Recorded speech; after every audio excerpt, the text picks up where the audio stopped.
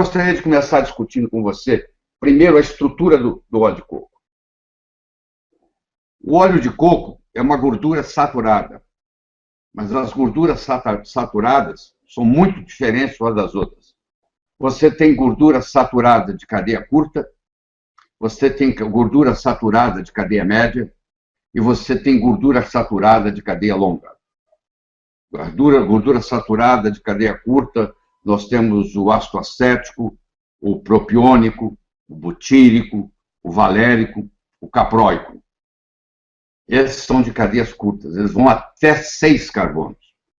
Aí você tem as gorduras de cadeia média, onde você tem o cáprico, o caprílico, o cáprico e o láurico, que são 3. Só para você ter uma ideia, 64% da gordura do coco é de cadeia média. E desses 64%, 47% é ácido láurico. Só para você ter uma ideia, o ácido láurico, o leite materno, que é o melhor alimento que existe no mundo, 14 a 19% da gordura do leite materno é ácido láurico. Se é bom para o recém-nascido, por que não vai ser bom para o adulto? Por que o ácido láurico é tão badalado? Primeiro, porque quando ele cai no estômago, ele é quebrado e ele forma uma coisa chamada monolaurina, que mata fungo, mata bactéria, mata vírus, mata parasita. Hoje, nos Estados Unidos, a monolaurina é comercializada à parte.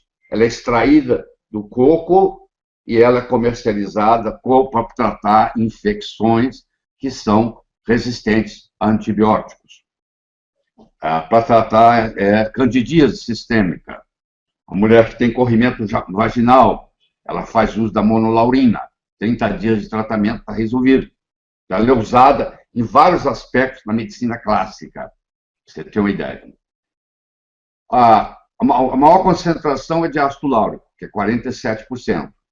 Aí nós temos uma grande concentração de ácido caprílico, que é 9%. O ácido caprílico é muito poderoso como antifúngico. Talvez uma das substâncias mais poderosas como antifúngico que nós conhecemos na medicina. Aí vem o ácido cáprico, que também, quando quebrado, vira monocaprina, que também tem ação. Aliás, todos os triglicéridos de cadeia média, seja ele o caprílico, o cáprico, o láurico, o Dr. John Cabara, professor de farmacologia e química da Universidade State Michigan, ele, em 1966, ele descobriu pela primeira vez que os triglicéridos de cadeia média tratavam tanto infecção quanto infestação. Vou dar um exemplo para você de vírus. Se você pegar o vírus do HIV, se você pegar o vírus do Epstein-Barr, se você pegar o vírus da hepatite C, eles podem ser tratados com o uso do ácido láurico, com o uso do óleo de coco. Por isso, sem resistência. Aliás, todo lugar onde predomina a culinária do coco, você vai ver que tem lugares como Puka Puka, perto da Nova Zelândia, 75% da caloria diária de um habitante de Puka Puka vem do coco. Você tem Tokelau, que é outra ilha perto, 60% da ingestão calórica diária vem do óleo do coco. Em Puka Puka, em Tokelau, por exemplo, não existe diabetes, não existe obesidade, não existe câncer, não existe doença cardíaca. Você vai dizer, isso é genético. Não, não é genético. O Dr. Ian Pryor, chefe do departamento de cardiologia do Hospital Wellington, porque a capital da Nova Zelândia chama-se Wellington, existe o Wellington Hospital, General Hospital, e ele fez um estudo onde ele viu pessoas que moravam na ilha e que mudaram para a Nova Zelândia e que deixaram de comer coco, porque na Nova Zelândia, propriamente dito, essa não é o mesmo costume, e todos eles desenvolveram doenças degenerativas crônicas. Todas as ilhas do Pacífico Sul predomina o óleo de coco, a culinária. Tem lugar, por exemplo, que ingere mais de 100 gramas de óleo de coco por dia. O Dr. Lindenberg, da Suécia, fez um estudo na ilha de Kitava, onde ele mostrou que lá ele não encontrou nenhuma doença degenerativa na ilha de Kitava, e lá eles ingerem mais de 100 gramas de óleo de coco por dia. Olha que coisa impressionante. Se você vai para as Filipinas, onde o Dr. Conrad Deiret, estudou pacientes com HIV e pacientes com AIDS. Então ele mostrou, publicou, está aí no seu Google acadêmico, se você pesquisar, ele mostrou que os pacientes com HIV que recebem óleo de coco não transformam em AIDS. Eles são HIV positivo, mas eles não evoluem para AIDS, porque o óleo de coco atua no envelope gorduroso e na transcriptase reversa, inibindo a transcriptase reversa, e não permite que o vírus do HIV progrida a ponto de causar o AIDS. Olha que coisa fascinante. Vírus como Epstein-Barr, vírus como HIV, vírus como da hepatite C, bactérias como Helicobacter pylori, como Chlamydia pneumoniae, como todos os grãos positivos, são tratados com óleo de coco. Isso está na literatura para quem quiser ver. É só ter o trabalho de chegar lá e procurar, porque está lá para todo mundo ver o poder do ácido láurico e o poder da monolaurina, e fazer tudo isso e muito mais.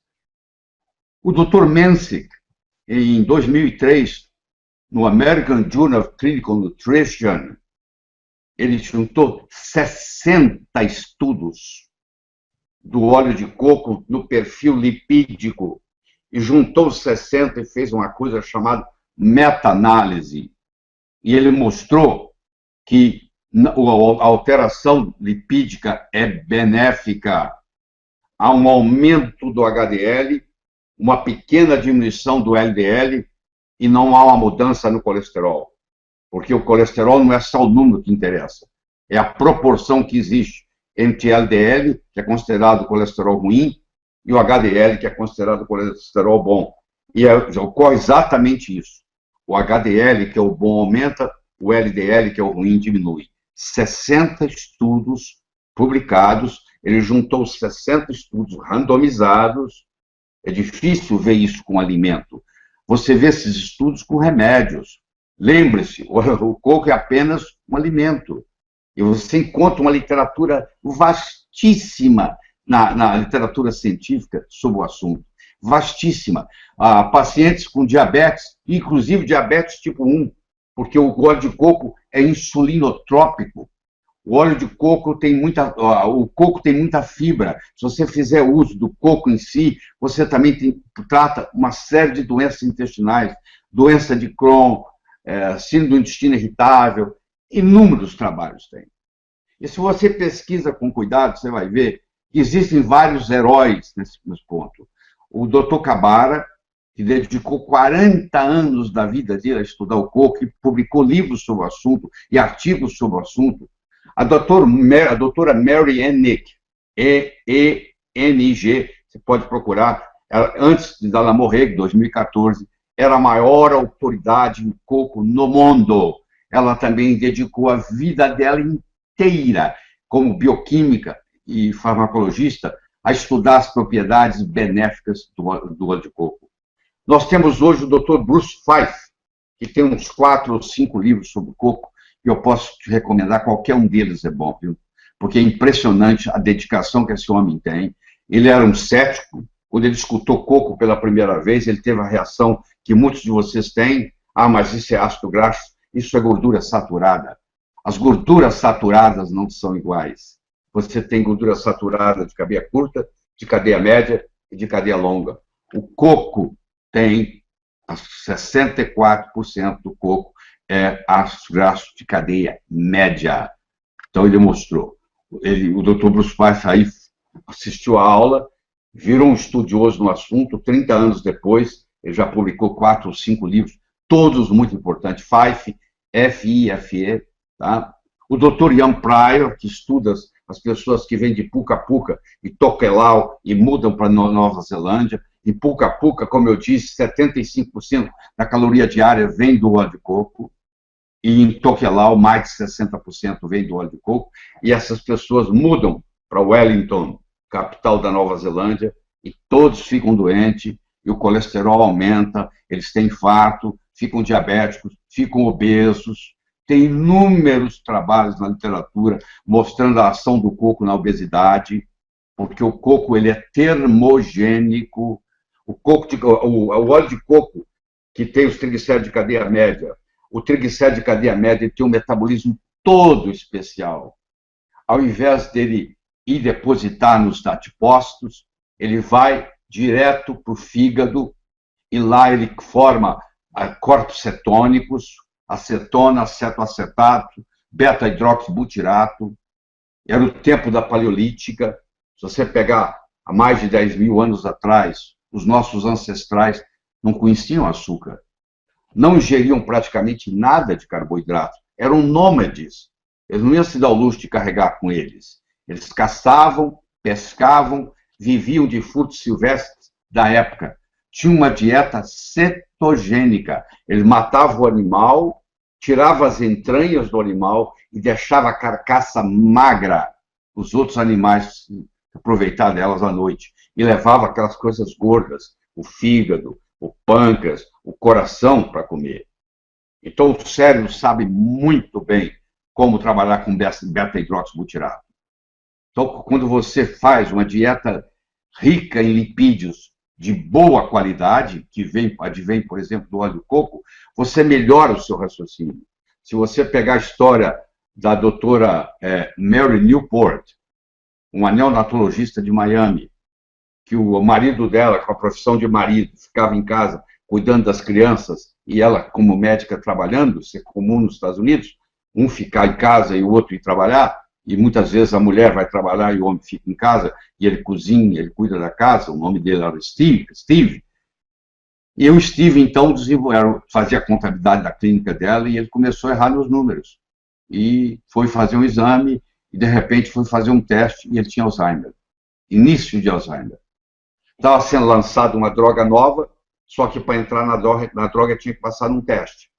E ele não conseguiu atingir o placar necessário. Foi rejeitado.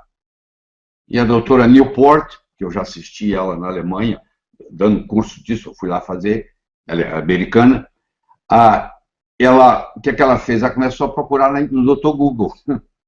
E ela encontrou o uso do óleo de coco, que cria corpos cetogênicos saudáveis, como o beta-hidroxibutirato, que é utilizado pelo cérebro.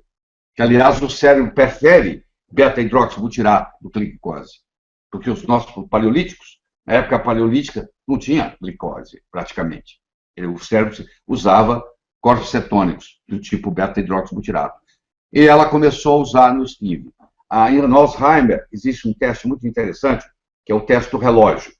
O paciente vai no consultório médico, o médico dá para ele uma folha em branco, dá para ele uma caneta, um lápis, fala, desenha um relógio. E a maioria das vezes ele não consegue desenhar esse relógio apropriado. Ele esquece ponteiro, ele esquece ponteiro de minuto, ponteiro de hora, esquece número, e aquilo ali é a base. É a partir dali que agora nós vamos ver onde vai chegar. E aí ela entrou com óleo de coco. Em 14 dias ela respondeu, refez um teste. E você não vai acreditar, porque no final dessa aula você vai ter aí o link, você assistiu o filme do óleo de coco no Alzheimer, está num livro que é best-seller nos Estados Unidos, ficou na lista dos mais vendidos do New York Times, está traduzido para 16 línguas, ainda não chegou ao Brasil, infelizmente, mas você vai ver lá com legenda em português a história do Steve e a história do óleo de coco no Alzheimer. Você percebe que muita gente está tendo Alzheimer. Espero que na sua família você não tenha um, mas provavelmente vocês estão me assistindo aí, muitos têm. E muitas vezes nem é Alzheimer, é a polifarmácia. É o seu pai que está tomando 8 remédios, cada um prejudicando de um jeito, e infelizmente o médico prescreve, e quando vai no outro médico ninguém tira, ninguém tem coragem de tirar, vai acrescentando, até intoxicar. Aí você começa com óleo de coco, e a melhora é brutal. Então você tem explicações as mais variadas. inclusive no Brasil.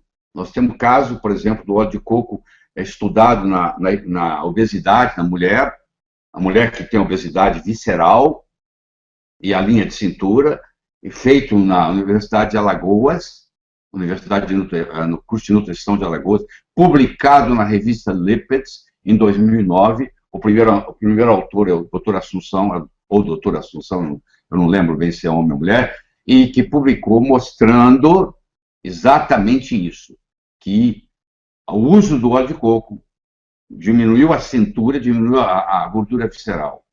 Então, se alguém falar para você que óleo de coco engorda, não entende de nutrição, porque são triglicéridos de cadeia média e eles são termogênicos, eles aumentam 14% o metabolismo basal. Isso tem trabalho publicado. Eu não preciso inventar nada. Já tem conhecimento demais na literatura. Tem mais de 1000 livros no Amazon.com. Tem mais de 9.900 artigos no Mercola.com. Tem mais de 125 mil trabalhos científicos no Google Acadêmico. Tem 1.659 artigos no PubMed. E tem mais de 25 milhões de citações no Google Comum. Você entra no Google Comum, você põe entre aspas, coconut oil, óleo de coco em inglês, e você vai ler o número lá, que vai ter mais de 25, vai ter 25 milhões e 200 mil. 25 milhões e 200 mil citações. Conhecimento não falta. Você tem que estudar, tem que fazer seu dever de casa. Ao invés de ficar escutando gente que vai para a televisão e fica falando bobagem. Pessoas inteligentes, fluentes, mas mal informadas. Isso tem jeito de consertar. É só fazer a informação direitinho. Eu trabalho em pesquisa de óleo de coco tem mais ou menos uns 8, 9 anos. Na minha casa, compra-se de 80 a 100 cocos por semana. Tá? Aqui nós compramos de 80 a 100 cocos por semana. Bebemos a água de coco, gerimos o óleo de coco, é feito leite de coco, entendeu? Tudo é feito desse jeito. Então, eu estou falando para você algo que eu faço na minha vida, tá bom? Não é algo que eu estou inventando, não. Tá? Eu tenho experiência com isso e muito grande. E não é só eu, não. Todas as formas infantis contêm triglicéridos de cadeia média. Todos os parenterais, a nutrição parenteral feita em idosos é feita com triglicéridos de cadeia média tirado do óleo de coco. Então, isso tudo aí, eu espero que eu esteja convencendo você de que faz uma diferença. Aí você pergunta, é óleo ou gordura? Bom, quando é líquido é óleo, quando é sólido é gordura. Essa é a diferenciação. Como o ponto de fusão do coco é 20 graus, 24 graus, se um dia estiver acima de 24 graus, você vai ter um óleo de coco na sua mão. Se estiver abaixo de 24 graus, aquilo ali vai ficar sólido, você vai ter uma gordura de coco. Por isso que é chamado. Além disso, o óleo de coco, além de melhorar o metabolismo e tudo mais, ele é anti-inflamatório. Ele diminui a interleucina 1, a interleucina 6, a interleucina 9 e aumenta a interleucina 10, que é anti-inflamatório. Então, ainda tem mais isso de bônus. Ele tem uma ação anti-inflamatória. E tem mais de bônus. O bônus continua. Tanto o ácido láurico, quanto o ácido mirístico, quanto o ácido oleico, todos os três estão no coco, eles têm a propriedade de inibir a 5-alfa-redutase, que é uma enzima que transforma a testosterona em dihidrotestosterona, em DHT. Quando a sua testosterona vai caindo com a idade, o organismo, por um mecanismo de compensação, aumenta a 5-alfa-redutase, para você transformar a testosterona em DHT, porque o DHT é 5 vezes mais potente que a testosterona, e a natureza é sábia. Já que tem pouca testosterona, vamos aumentar o 5-alfa-redutase para nós produzir DHT. Só que DHT faz o seu cabelo cair, DHT faz a sua barriguinha de chope, e DHT aumenta a sua próstata. Então, são 3 coisas que você não quer. E como é que você se livra disso? Um jeito de fazê-lo é inibir a 5-alfa-redutase. Olha que interessante. O ácido láurico, o ácido mirístico e o ácido oleico são inibidores da 5-alfa-redutase. Se você, por exemplo, passar óleo de coco na cabeça, e tem muitos shampoos que tem isso, você vai diminuir a queda do cabelo. Porque onde tem muito DHT é no pilar, é no folículo piloso, capilar. E você vai lá e bloqueia isso, e não transforma em DHT. E o DHT é que faz o cabelo cair, que faz a pessoa ficar calva. Então, as aplicabilidades são inúmeras. O óleo de coco tem mais fibra do que qualquer outra coisa que eu conheça. Para você comparar a quantidade de fibra por grama do óleo do coco per se, agora já não estou falando do óleo, estou falando do coco. Do coco per se, comparado com aveia, é 4 vezes mais. Comparado com farelo de coco, comparado com farelo de aveia, tem 4 vezes mais fibra. Tem 5 vezes mais fibra que o farelo de trigo. E você sabe, o Dr. Dennis Burkett passou a vida dele na África do Sul, estudando a importância da fibra na saúde. Na era paleolítica, um ser humano ingeria em torno de 200, 300 gramas de fibra por dia. Hoje, se você ingerir 15, agradeça. A maioria ingere menos de 15. Então, ele mostrou que, por exemplo, ele nunca viu, na África, onde ele viveu, ele nunca viu um apendicite. Isso não existe. Pô. Ele nunca viu uma diverticulite. Isso não existe lá. Porque a fibra faz as fezes irem embora, contribui no volume fecal. Tá? Então, é muito importante você entender isso. 1 em cada 4 americanos tem diverticulite, tem divertículo no intestino. 1 em cada 1000 habitantes do Quênia tem diverticulose. E por quê? Porque ingere fibra. E no Quênia também se ingere muito coco. Por grama, é a substância mais rica em fibra, solúvel e insolúvel. Vamos pegar o leite materno. O leite materno, primeiro que 55% do leite materno é saturado. Você acha que gordura saturada faz mal? Tanto mal? Por que a natureza, Deus ia fazer o leite materno com 55,2% de gordura saturada? A placa aterosclerótica, se você pegar na artéria, lá está a placa aterosclerótica, 75% que está depositado lá é ácido graxo poliinsaturado. Não é saturado, não. É poliinsaturado. E outra coisa que você tem que entender é que colesterol não é gordura. Põe isso na cabeça. Colesterol é um lipídio. Os lipídios podem ser os lipóides, pode ser os esteróides e pode ser as gorduras. Toda gordura é um lipídio. Nem todo lipídio é uma gordura. O colesterol é um álcool policíclico do grupo dos esteróides. E eu sei que você vai ficar impressionado com isso, mas a principal fonte de fabricação de colesterol não é gordura, é carboidrato. Por que grupos como em Maasai, na Quênia, onde eles bebem sangue de boi, eles têm um catéter, e eles tomam leite gordo da vaca, e tomam sangue de boi todo dia no café da manhã, tem uma biquinha que eles colocam aqui na jugular para tirar sangue, ele não mata o boi, vai tirando, a vida inteira o boi vai doando. E eles têm um colesterol baixíssimo. Quando eles mudam para Nairobi, que é a capital do Quênia, tudo muda. Eles param de tomar aquele leite, aquele sangue de boi gordo, eles param de tomar o leite gordo, e aí eles desenvolvem a aterosclerose, mostrando que o processo não é genético, é epigenético. Você vai estudando tudo isso, vai mostrando a diferença que existe.